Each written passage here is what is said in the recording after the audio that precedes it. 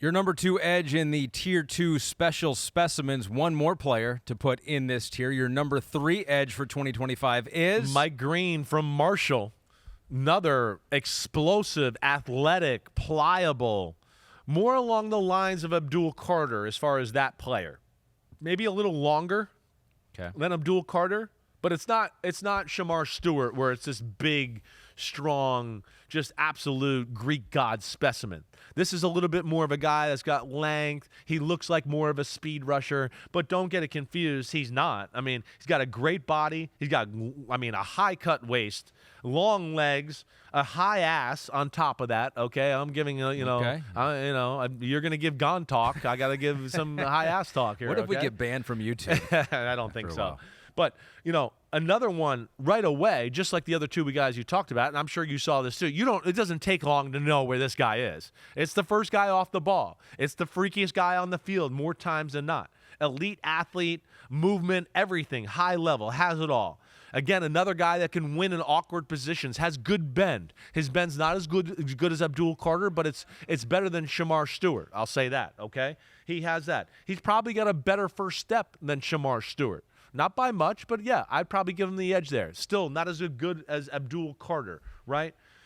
He plays reckless. I do love that too. He's physical. He throws his body around. This is not just some I just want to come off the edge and just get a sack every now and then. He gets involved in the run game. He mixes it up inside the box. He throws his body around that way. So I really do like that. First step is impressive, like I talked about.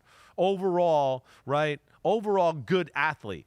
And not just some straight liner, like I said, really. He's got change of direction ability. His ability to be in one gap and then, the ball's going in the gap inside me and kind of just shuffle down or jump in that gap to make a tackle. It all jumps off the screen when you see it. He's got the ability to win with quicks like we talk about. This is I'm amazed by some of these guys, how they win with quicks. Mm-hmm. The fact that they can shake the offensive lineman and just get them leaning one way and then just get enough advantage to then put on the speed to beat them, or like we talk about, get them just lean in one way and then they go quicks to power and push the guy back into the quarterback's chest. He can do all of that type of stuff. Really, really like the football player. I got more to say, but he reminds me of Brian Burns of the New York Giants. Ooh, wow. That would be the guy that he reminds me of more than anybody. So 2 years at Virginia and then 2 years at Marshall, and it was this last year where he led football with 17 sacks. So you go from one guy who had 1.5 to the ultimate reversal in the production in 17 sacks. Now was at Marshall, Sun Belt Conference Defensive Player of the Year. We have some video of him from his pro day, so there are the numbers. You see the tackles were up, and really that was the first year where he was the guy, at Virginia, and we'll talk about a little bit what happened at Virginia with him, but didn't play a whole lot and goes to Marshall and plays a ton and clearly does what he did last year. We have some video. Here's him at his pro day. What stands out to you, Chris? Well, just a good looking athlete, right? I mean, he doesn't even look like he's 250, right? It just looks like it's like, wow, what is he, a big safety? I don't know, but you see those quads and legs there. I do like that, certainly. His body overall just speaks to edge, speed, pass rusher. And then, of course, there's more than just speed. There is the physicality element. He's very good at holding the edge. He can take on big people and hold his ground at the point of attack. He's never really overpowered that way. Does pretty good against double teams, even for a guy his size. What were you going to say there? So his power. Yeah. And I think people maybe thought, you watch the tape, and you're like, wow, he's got power, but it's in the Sun Belt Conference. And then he goes to the Senior Bowl, and that's, I think, where this all takes another level. Now he's a projected top 20 pick in mock drafts, and there was this rep against an Oregon tackle, Josh Connerly. Right, where he just dominates him. He dominates him, and Connerly is a guy that's got a first-round grade on, I think, at him right now. And so here's the rep if you're watching on Peacock and YouTube. And so this is where Mike Green, as they say, enter the chat. Well, when you have an elite first step, right, you have an elite first step, and you can get that offensive lineman or that tackle. They're so worried about, I got to get back with depth, right, because this guy might go around the edge. I got to get my feet moving. And then when you're physical and kamikaze like this is what happens.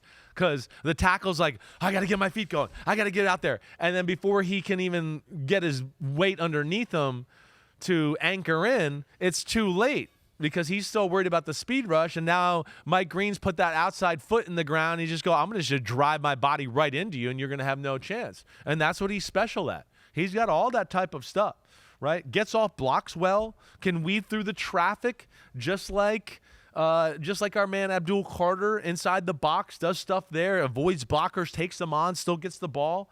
So I loved all of that. The level of comp is certainly the thing you worry about a little. Yeah, it's not a week in, week out. You get to see like unreal, awesome tackles from the SEC or the Big Ten going against it. But you watch the Ohio State game and you go, he certainly belongs. He's certainly the best edge defender in this football game. I don't give a damn who's on Ohio State or whoever else. He jumps out.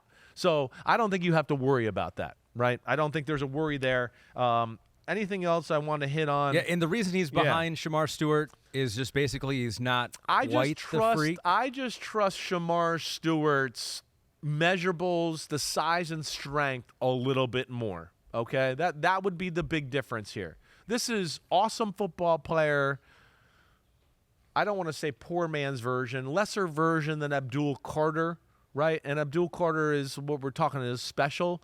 I don't think he's quite that physically elite like at Abdul Carter. I think Shemar Stewart is also not as physically elite as Abdul Carter. Maybe not quite as athletic as Mike Green, but barely less than. And then I have no concerns about Shemar Stewart with any power strength concerns at all. And you know, you get into the NFL a little bit, and let's little food for thought, right? Yeah. You know, there's not a lot of these 250-pound guys leading the NFL in sacks. When you really get into the guys that are leading the NFL in sacks, they're bigger people. They really are.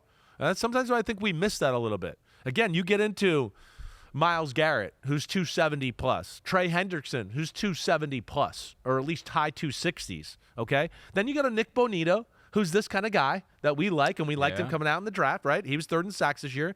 But then you got guys like Jonathan Greenard, again, who's 268. Danielle Hunter, who's like 268, 270, right? And so those are the things we do have to at least talk about a little bit. Sure. Right? There's not as many speed, 250 awesome pass rushers in football as you think. A lot of the top ones, again, Nick Bosa is closer to 270. TJ Watt, it's high 250s, probably low 260s, right?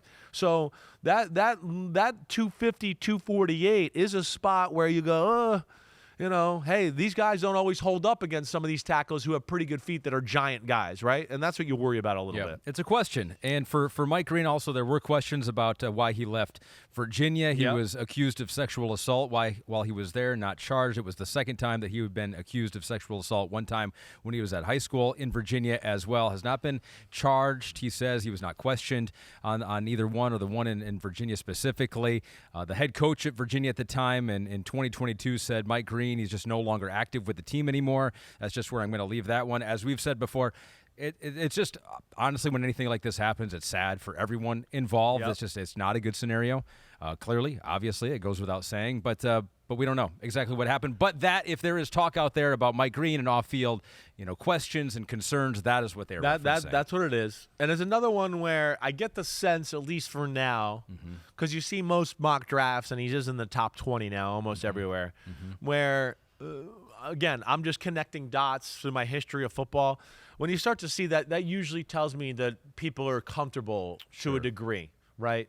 They're comfortable. Some of these guys that are doing the mock drafts, they're hearing from scouts or other people in the NFL that go, yeah, there's some off-the-field worries, but we don't think it's that bad. We've done our homework here. We'll see.